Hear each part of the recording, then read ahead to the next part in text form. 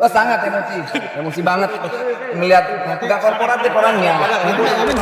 Terkait sidang ini apa yang menjadi temuan Bapak? Karena kan kasus ini pemilik tidak pernah mengakui, padahal banyak bukti yang sudah menunjukkan berbagai tuduhan-tuduhan yang disampaikan oleh pegawai gitu, Bapak. Kalau kawan-kawan melihat hal itu, kejadiannya hari sama. Artinya kita negara tidak dihargai. Itu yang udah pasti itu. Negara tidak dihargai, kemudian ya banyak hal-hal yang janggal lah ya.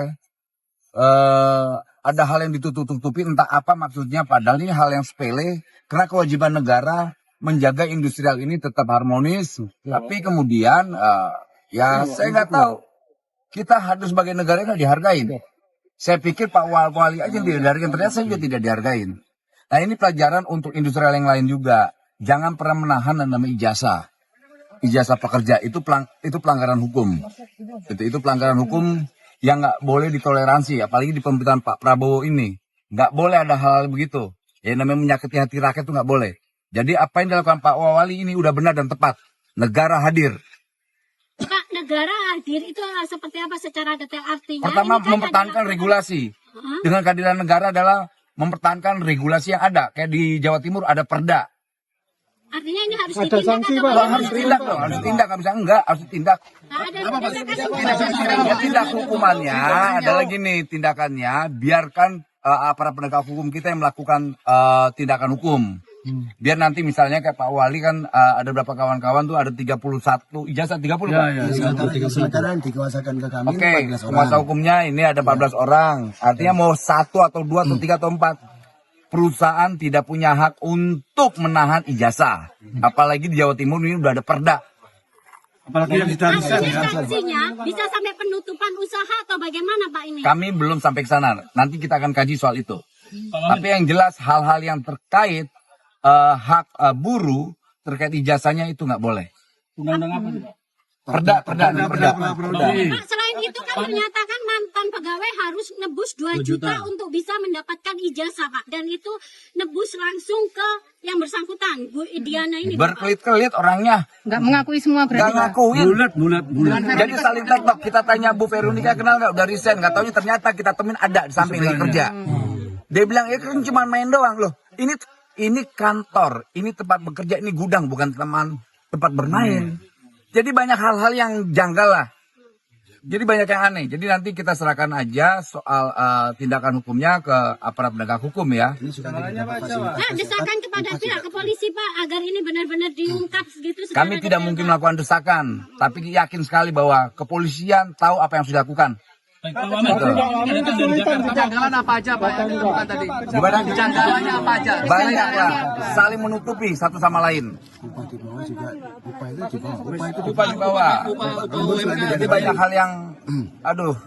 Pak Wamen terkait tentang pemotongan melarang untuk sholat Jumat dibatasi UMK, pembayaran juga di bawah UMK, terus sampai ada karyawan yang tidak digaji sama sekali, itu gimana Pak mungkin? Itu yang paling tepat.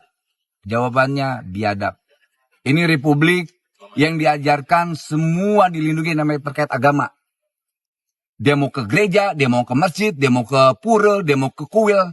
Itu dilindungi oleh undang-undang. Kalau mereka melarang itu, ya tahu kan ada konsekuensi.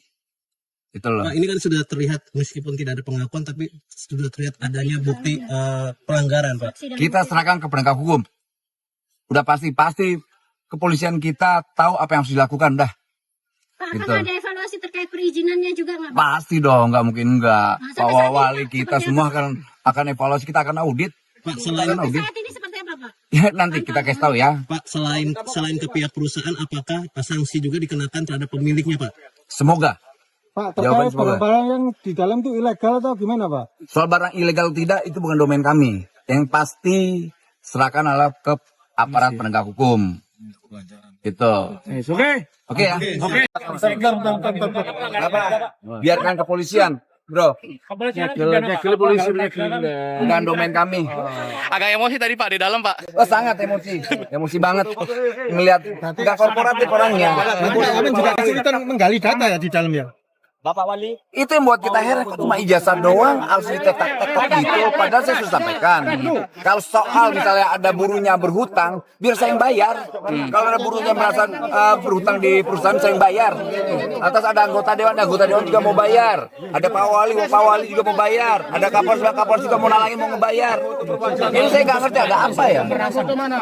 Ada dugaan memerasa nggak sih Pak? Nah makanya dari itu kita mau tahu bener nggak tuh. Nah, problemnya kan belum dapat informasi soal pernyataan dia harus nebus. Itu. Nah, men, dia itu WNI atau WNA? Saya belum masuk ke sana, nanti kita akan cek. Itu bagus pertanyaanmu, bagus sekali. Bagus sekali tuh.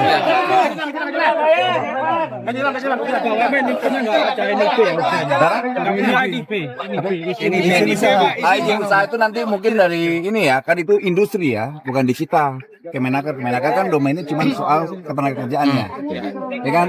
Kalau dugaan obat-obatan terlarang Enggak, kita belum masuk ke sana. Ya, biarkan polisi lah, polisi kita jago-jago kok, jagoan semua. tapi intinya Kemenaker kan membackup semua ini karyawan yang di sini ya Pak ya. Apa? Membackup semua karyawan di sini sampai Wajib selesai. negara punya kewajiban menjaga warga negara. Itu udah poin, itu perintah undang-undang, bukan perintah Wamenaker. Makasih Pak Wamen, saya selalu. Pak Lutfi.